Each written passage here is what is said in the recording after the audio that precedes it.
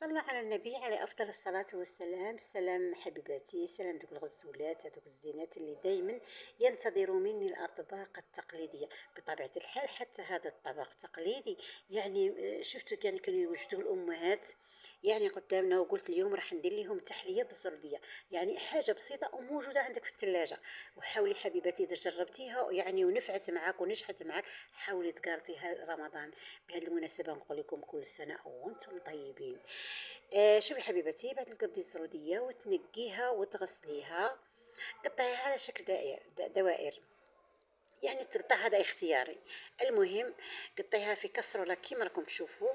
ضيفي ليها كاس نتاع سكر،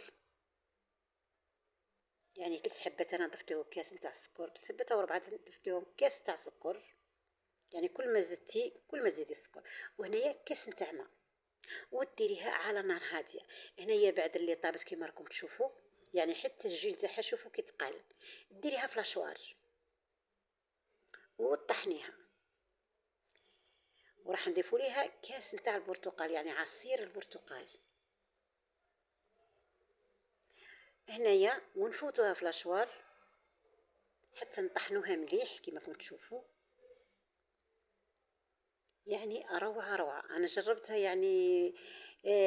في الحقيقة أنا ما نحبش الأكلات يعني تاع الزرودية بزاف، يعني ماهيش كيما نقول لك نكتر فيها. بصح كي جربتها هاد التحلية وليت مدمنة عليها. حاولوا تجربوا حبيبتي، وتخلوا تعاليقكم دوك الزوينين في لي كومونتير. هنايا بعد اللي طحنتها في هاد الأشوار كما راكم تشوفوا، راح كذلك نفرخها في الكسرولة.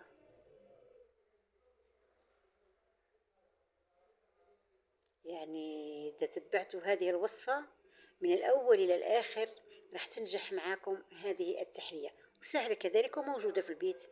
أنا ينضيفوا عليها 2 مغارف نتاع النشا، يعني دقيق النشا، ونخلطوها كما تشوفوا. يعني حاولي تدخلي فيها كل هذيك النشا، وراح كذلك نوضعوها على نار هادية، يعني ونستمر في التخليط. كما كنت تشوفوا هنايا راح تستمروا في التخليط حتى تطيب ديك النشا، يعني تدخل هذيك النشا في داك الجي تاع البرتقال وتاع السكر كذلك، والماء تاع الزروديه. يعني استمري في التحريك حتى تشوفيها طبخت مليح كما راكم تشوفوا هنايا. يعني شوفوا الدخان راه يطلع، يعني هنا راه طايبه. واش نديرو هنايا؟ راح نفرغوها في اناء، يعني او في كيسان يعني الموجود عندك. يعني هنا درتها في هذا الاناء، درت غير هذاك الحبات غير باش نوريكم كيفاش تبداو توجدوها. يعني جات روعه روعه روعه روعه وبنينه.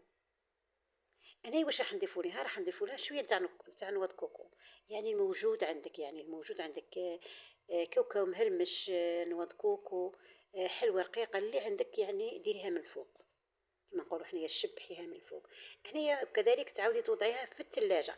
هنايا بعد اللي خرجتها من الثلاجه، يعني شوفوا كي جات روعه روعه روعه وبنينه. اتمنى حبايبي يكون عجبكم الفيديو، والى فيديو اخر باذن الله. دمتم في رعايه الله، بدون ان تنسوا دعمي بالجيم والاشتراك، وبطبيعه الحال لنا اللقاء. فرجه ممتعه.